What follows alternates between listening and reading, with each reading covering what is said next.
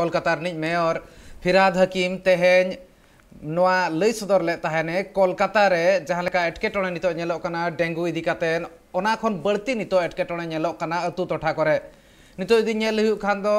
शहर बाजार रे जहां पे गेल हिंस डेंगू मेना का डेंगू पासनाप कना मेनखान अतु टोठा करे जहां लेका हिसाब ते नेला कना ओना दो अडी बळती पासनाप कना जहां लेका हिसाब ते दा दिन सेटरोआ ओना अक्तो रेगे डेंगू रना बोतर हो बळतीआ चेदा से दा अडिगान टोठा रे जावरा मेनतेन होय लेले तान ओना इदी काते नोआ चेद लेका रे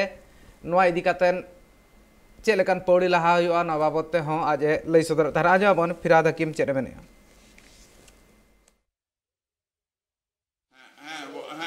वार्ड नंबर नामটা বলুন ভাই শেখ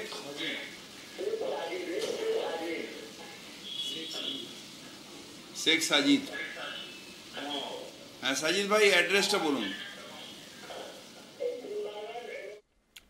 काला नोआ भितर नोआ को बाबत के इतना सामेला सहित बड़ा हुआ इन सला तो जपड़ा कना कोलकाता खन राजीव दत्त गंके नुठेन गनके सामेला सहित नोआ बाबत बड़ा हुआ चेद लेका तेहኛ जहां दुपुड़ ताहे कना ओना रे Kolkata रिनिज mayor Firhad Hakim are चेद को लई सदर का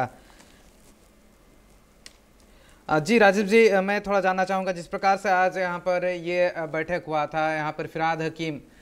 जिस तरह से बोल रहे थे कोलकाता शहर में जिस प्रकार से ज़्यादातर अगर बात की जाए उतना भय नहीं है उतना डर नहीं है डेंगू का लेकिन जो गांव देहात है उस क्षेत्र में ज़्यादा से ज़्यादा वहाँ पर भय है भय का माहौल है क्योंकि थोड़ा बहुत डेंगू जो है उधर ज़्यादा फैल रहा है जिस हिसाब से शहर में बता रहे हैं कि सिर्फ 30% डेंगू का कहर है अभी तक जी राजीव जी যে প্রথমেই বলি যে আজকে ফিরাদ হাকিম তিনি রাজ্যের আরবান ডেভেলপমেন্ট উন্নয়ন মন্ত্রী অর্থাৎ নগর উন্নয়ন দপ্তরের মন্ত্রী পাশে কলকাতার মেয়র তিনি আজকে যখন সাংবাদিক সম্মেলন করছিলেন তখন তিনি যেটা জানেন যে যেহেতু জানো যে বর্ষাকালে ডেঙ্গুর প্রভাব কিন্তু বাড়ে এবং সেই মতোই কিন্তু প্রতিবারই এটা হয় এখনো কিন্তু শহরে কলকাতা শহর রাজ্যে বিভিন্ন জায়গায় ডেঙ্গু বাড়ছে ডেঙ্গুর প্রকোপটা বেড়েছে এই প্রসঙ্গে কথা বলতে গিয়ে সেটা মন্ত্রী মেয়র জানান যে কলকাতা বা শহর অঞ্চলে কিন্তু ডেঙ্গুর যদি পার্সেন্টেজ দেখেন তাহলে 30% অর্থাৎ 30% কিন্তু তার থেকে ভয়ঙ্কর অবস্থা হচ্ছে 70% 70% ডেঙ্গু কিন্তু গ্রাম অঞ্চলে হচ্ছে এটা কিন্তু আজকে তিনি জানালেন তার মূলত কারণটা হচ্ছে যে গ্রাম অঞ্চলগুলোতে যেভাবে উন্নয়ন হচ্ছে সেই উন্নয়নের জন্যই কিন্তু সমস্যাটা বাড়ছে কারণ এই ডেঙ্গুর সমস্যা বাড়ছে কারণ মানুষ জল জমিয়ে রাখছেন যেখানে সেখানে জল জমে থাকছে বারবার করে মানুষকে সচেতন করা হচ্ছে যে জল জমিয়ে রাখবেন কারণ বর্ষাকালে জল জমা থাকলেই মশার লার্ভা হবে এবং সেখান থেকেই ডেঙ্গু হবে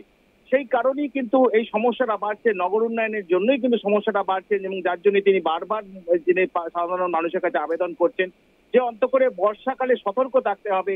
জল জমানো অযথা জল জমানো যাবে না ছাদে যাতে কোনো রকম জল না জমে সেই বিষয়টাও দেখতে হবে না হলে কিন্তু পরিস্থিতি কিন্তু অনেকটাই খারাপ হবে এবং এখনো পর্যন্ত দেখা যাচ্ছে যে 70% ডেঙ্গু যা রোগ হচ্ছে আক্রান্ত হচ্ছে সেটা বিশেষ করে গ্রাম অঞ্চলে যেখানে একদম এটা কিন্তু নতুন ধরনের একটা সিমটমস দেখা যাচ্ছে যেটা আগে ছিল না এবছরই প্রথম কিন্তু এটা দেখা যাচ্ছে এটা কিন্তু বারবার করে তিনি তাই সাধারণ মানুষের কাছে আবেদন করলেন যে অন্তত সচেতন হতে হবে বর্ষাকালে যাতে এই পরিস্থিতি না হয় ডেঙ্গু যাতে ছড়িয়ে না পড়ে সেই জন্য বাড়ির পাশাপাশি যে আশেপাশে যাতে জল জমে না থাকে সেই বিষয়টা সচেতन होते हैं এবং সাধারণ মানুষের পাশাপাশি जी राजीव जी किसी प्रकार का कदम उठाए हैं अभी तक अगर म्युनिसिपैलिटी की ओर से बात किया जाए तो किसी प्रकार का कदम उठाया गया है इस डेंगू जो अभी फैल रहा है उसको कम करने के लिए किसी प्रकार का अभी तक कदम उठाया गया है প্রথমেই বলি যে উনি বারবার করে মানুষের সচেতনতার উপরই কিন্তু মানে বেশি করে হতে হবে কারণ সচেতন না হলে মানুষ যদি সচেতন না হয় তার বাড়িতে জল জমিয়ে রাখছেন বাড়ির পাশে জল জমিয়ে রাখছেন এমনকি এমন দেখা যাচ্ছে যে অনেকে কিন্তু জানেন জল জমানোটা তারা শুনছেন তারা বিজ্ঞাপন প্রচার দেখছেন যে সেইটা কিন্তু সাবধান হতে হবে পাশাপাশি সরকারিভাবে যে প্রচার করা সেই প্রচারগুলো কিন্তু করা হচ্ছে মানুষকে আবেদন করা হচ্ছে তাই মানুষ যদি সতর্ক না হয় তাহলে কিন্তু এই সমস্যার সমাধান কিন্তু সম্ভব নয় এবং সেই কারণেই তিনি মানুষের কাছে আবেদন করেছেন যে বারবার করে যে অন্তত জল জমানো যাতে বন্ধ হয় সেই বিষয়টা আবেদন করছি সেই সঙ্গে অর্জুনজি জানিয়ে রাখি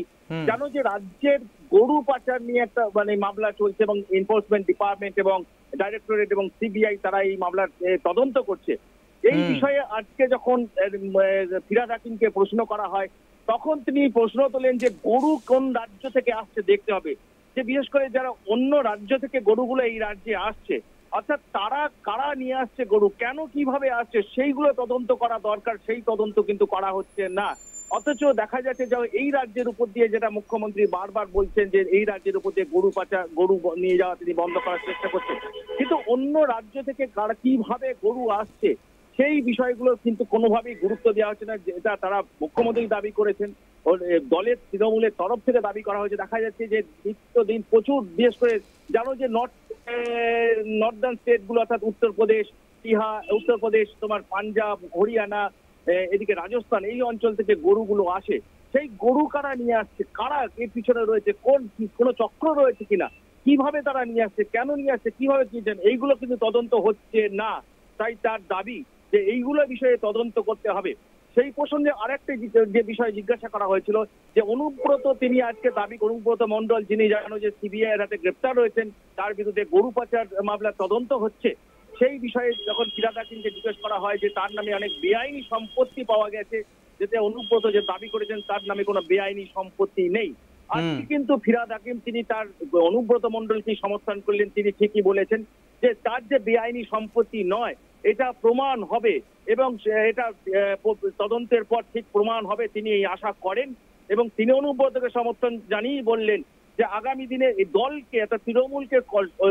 তৃণমূলের বিরুদ্ধে কুৎসা রটানো হচ্ছে, একটা ষড়যন্ত্র হচ্ছে, এই অভিযোগ তিনি আজকেও তুলে ধরলেন। এবং অনুব্রত যে বেনামে সম্পত্তি, অনুব্রতের দাবি সেই যে বেনামে তার কোনো সম্পত্তি নেই, এই দাবিকে তিনি সমর্থন করে তিনি জানালেন যে ঠিকই বলেছেন যে আগামী দিনে প্রমাণ হবে অনুব্রত মণ্ডলের কোনো বেআইনি সম্পত্তি নেই। অর্থাৎ যেটা কয়েকদিন আগেই, যেটা মুখ্যমন্ত্রী তিনি বেহালার একটি সভায় দাঁড়িয়ে, পার্থ চ্যাটার্জি ঠিক স্বাধীনতা দিবসের আগের দিন তিনি বেহালায় দাঁড়িয়ে বলে অনুব্রতকে যেভাবে সমর্থন করেছিলেন, সেই একইভাবে আজকে ফিরহাদ হাকিমও কিন্তু অনুব্রত কি সমর্থন করলেন, যখন তিনি অনুব্রত দাবি করেছেন আজকে তাকে আসানসোল কোর্টে তোলা হয়েছে। জানো যে আসানসোল কোর্টে নিয়ে যাওয়ার পথে যখন নিজাম প্যালেস থেকে তাকে বার করা হচ্ছিল, তখন সাংবাদিকদের প্রশ্নের উত্তরে তিনি বলেন তার নামে বেআইনি কোনো সম্পত্তি নেই। এবং সেইটাকেই কিন্তু আজকে আবার সমর্থন করে ফিরহাদ হাকিম বললেন যে তিনি ঠিকই বলেছেন যে বেআইনি সম্পত্তি নেই, এটা একদিন প্রমাণ হবে এবং কুৎসা রটানো হচ্ছে, এটা পরিকল্পিতভাবেই। এই দাবি আজকে কিন্তু ফিরহাদ हाकिम করেছেন। अर्जुन जी बिल्कुल, बहुत बहुत धन्यवाद राजीव जी सूचनाओं के लिए। राजीव गंके जहाँ लेका हिसाब ते लई सदर ताहेने नितो धबिते नोआ जहाँ हिसाब ते मेटा दाबी मेना का अनुब्रत इदी कातेन हो रेना तायम ते डेंगू इदी कातेन जहाँ लेका लई सदर ताहेने अतु दिसोम रे ओना जस्ती नेलोक कना ओंडे के जस्ती पासनाप कना होड़ को चिरगल लगिन कुरुमुटु हुयुक कना नोकाना कमी होरा मेना का मेनखान जुदी नेल हुयुक मुनसि पाल्टी प्रशासन खन जहाँ पौड़ी लहा कथा ना दो चिरगल सुमुंगे नितो धबिते हुयुक कना आर नोआ भितिर जुदी नेल हुयुक खान दो नोआ सुमुंगे नितो धबिते बाड़ा नाम कना दो उनकाना पौड़ी अतु दिसोम रे चलाव कातेन हो लहा लगती मेनखान चिरगल सुमुंग ते चेद हुयुआ सरकार प्रशासन खन चेद लेकान पौड़ी लहा हुयुआ नोआ इदी कातेन हो कुकली ताहेन कना मेनखान जहाँ लेका हिसाब ते अनुब्रत मंडला सपोहर रे नितो हेज कना फिरहाद हाकिम मेना का जहाँ लेकान बेआईन सम्पत्ति आज ᱧᱩᱛᱩᱢ रे बनु का मेनते।